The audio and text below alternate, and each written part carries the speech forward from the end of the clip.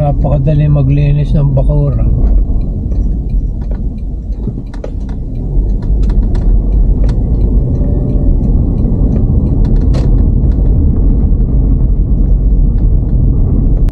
Hindi lang pala duplex eh. Apat. 1, 2, 3, 4. Pati sa likod. Tira.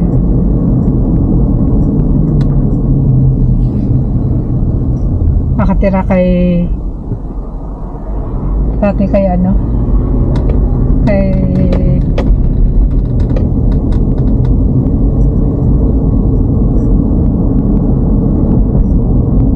Jaco, no? Namatay na. Yung tatanda yung sinasabi.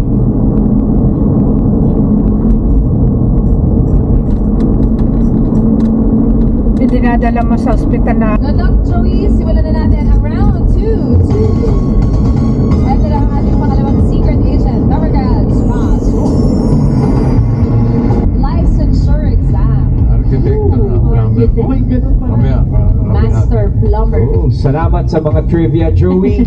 Nagbigay na si Maine. Kaya Ate Mel, ano, ilang taon na si Nix? 26. 6, bakit po gano'n? Nag-base lang ako dun sa graduation. Yung trivia na binigay ni Maine. Okay, what's the final answer then? 26. 26. Thank you, Miss Alisa. Sir Bayani, bawal mo nagpapaliwanag. Ano pong hula nyo kay Nix? Kanina pa siya parang nasa barangay. Ano pong hula nyo kay Nix? 24. Bakit po 24? Sabi mo, bawal magpaliwanag yan. Tatlo naman. Around 2,000. Wow. 2,000. Tapos ikaw yung top 1. Ayan o. Napakayatang po din. Akala nila nag-i-invento tayo. King Nixon. Parang si Raisa. Top 1. Tatatlo pala sila. Sinabi? Hindi, niluloko nila no. Grabe. In-expect ko ba to? Kahit sa top 10. Hindi. Although yung mga friends ko, yung mga instructors, definitely expected. Wow, congratulations. After graduation, nag-board exam ka na. Hindi po mga bossing kasi sa course po namin parang may required 2 years naman sa mas years Ang ganda ng picture niya, parang matalino talaga. Tatakbo din, bossing. Tatakbo din talaga. Tatakbo na yun eh. Galing. Tapos bossing na 2023 naman, top 2 naman po siya dun sa Master Plumber Licensure Exam. Ano yun? Arkitekto na. Nag-plumber ka ba? Yes, sir. Parang 9 months. kabutas-butas po. Kaya nangyari po yung mga fluid is nag-leak po sila. Kaya lagi po akong namamanas po. Yeah. So ilang months kang ang bedridden? Mga 9 months po. 9 months. Almost, yes. Ito after graduation to, or while studying.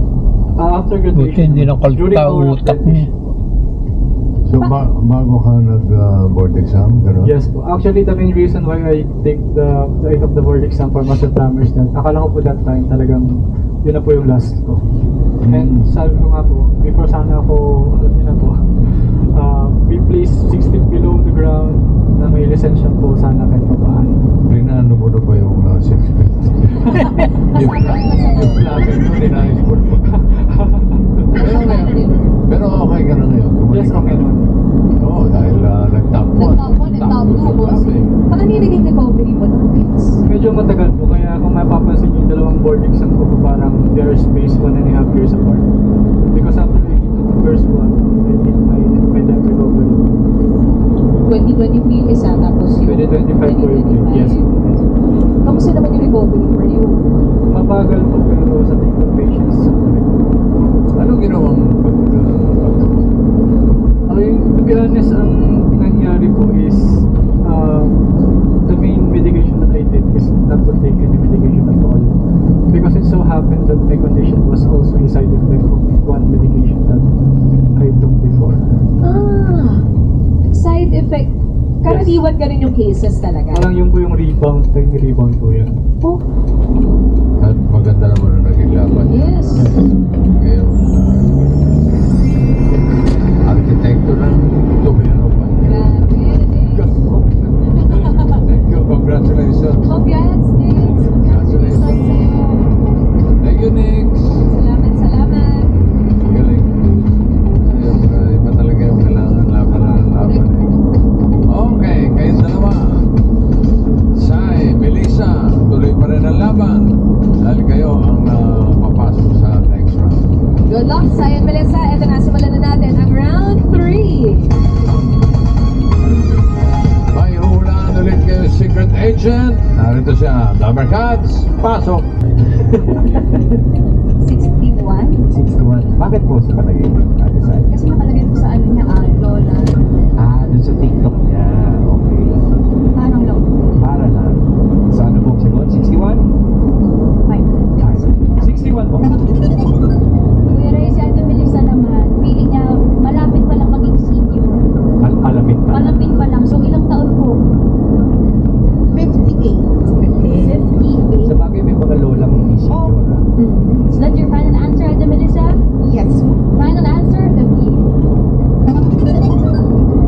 Bossing, main, ang report po natin, 61 at 58. Ang pinakamalapit nila na hindi overage ang pasok sa next round. Good luck, Sai. Alamin na natin if the age is right. Sabi ni Sai, 61.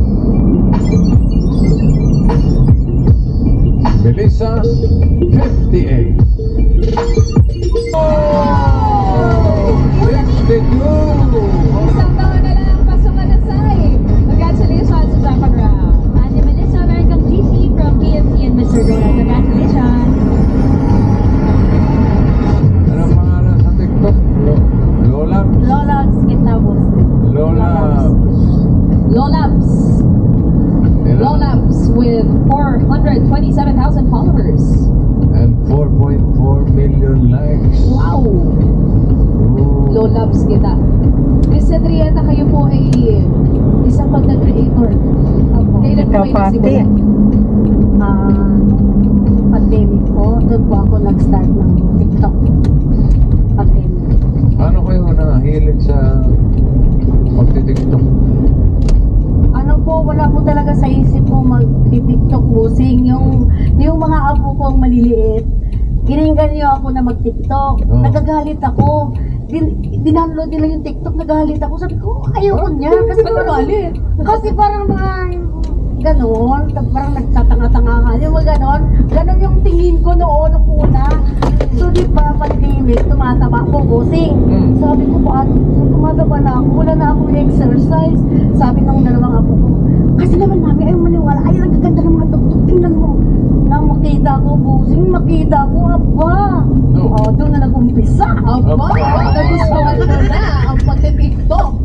Ito po, mga Dabber Cats, tingnan po natin yung isa sa mga videos ni Ate Henrietta. Eh, patayin nga. Ni Lolaps. Ito. Titigan mo ba sa wahan ng diyan? Nakakalimutan at namasan.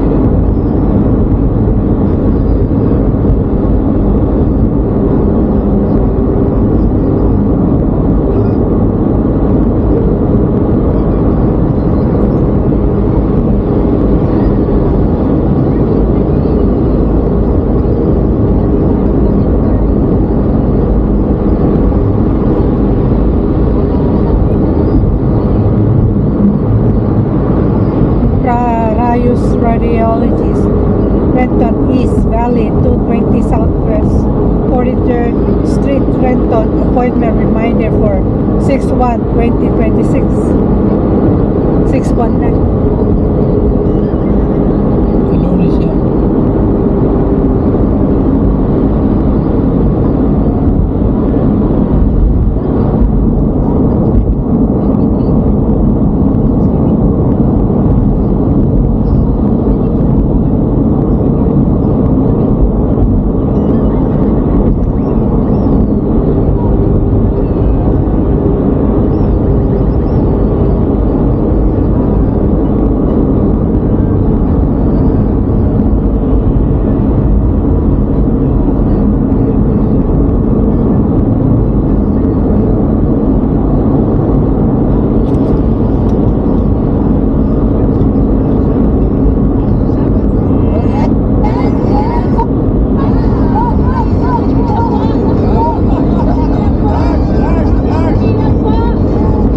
Okay, may number na.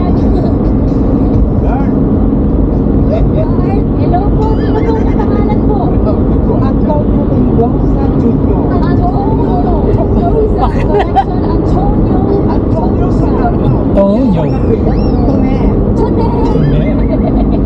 Si Tonet. Ang taas ng energy niyo po. Sino po kasama po ninyo?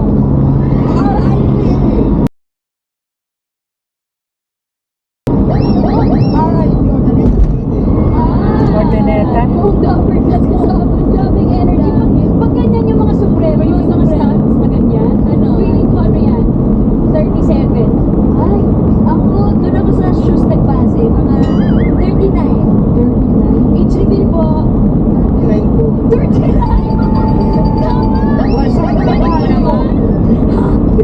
Galing po na isa.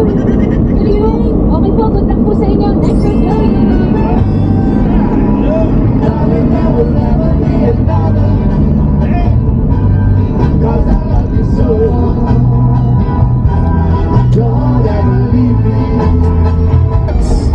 Tapos Hindi sa po college. 19 po, hindi po 30. Yun ang usapan nila magam eh.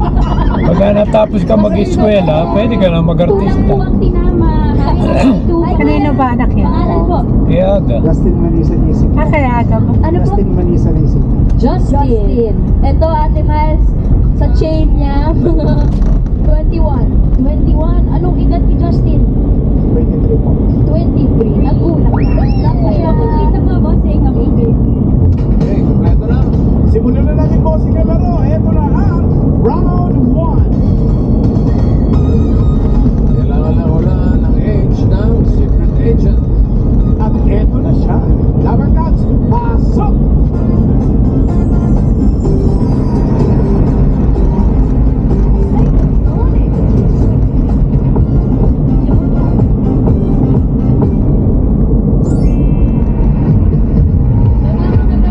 Si Joyce Curtin ay nanalo ng Binibining Pilipinas Universe at Miss Young Philippines.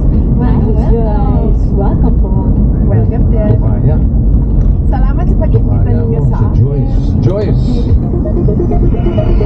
Ano sa tingin mo age ni Joyce? Feeling ko po nasa 57.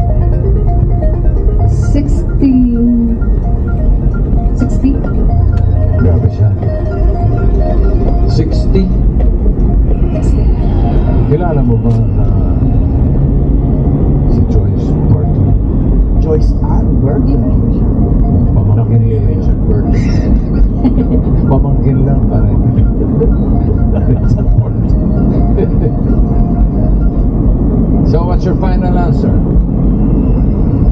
60. 60. 60. Tisay. Ikaw naman, Tonet.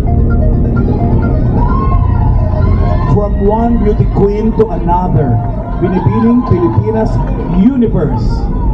Ano sa tingin mo ang edad ni Joyce Ann Burton?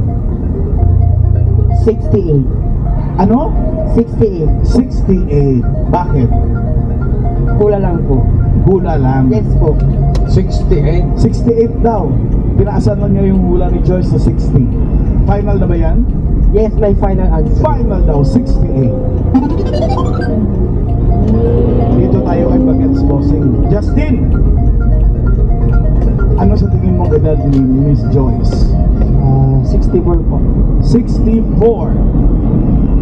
Paano mo naman nasabing 64? Dahil sa jacket? Pakulay lang. Wala lang din. 64 daw.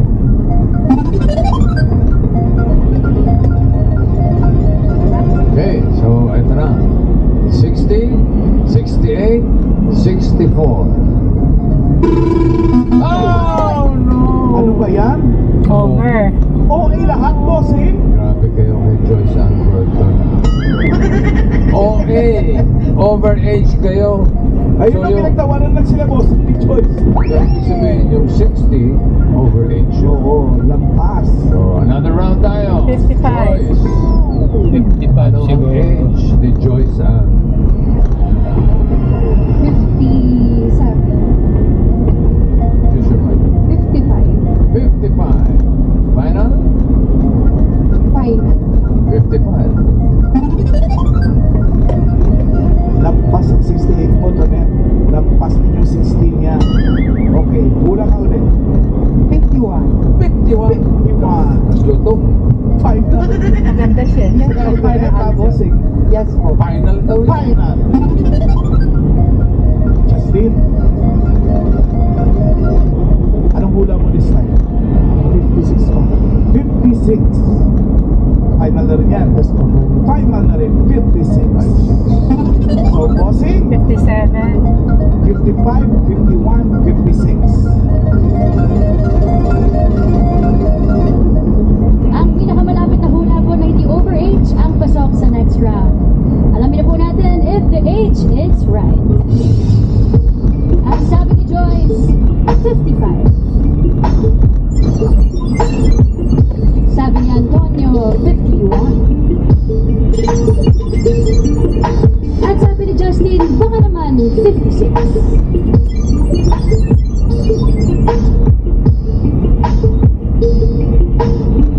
Alamin natin sino papasok sa next round. Age reveal. Si Joyce and Burton ay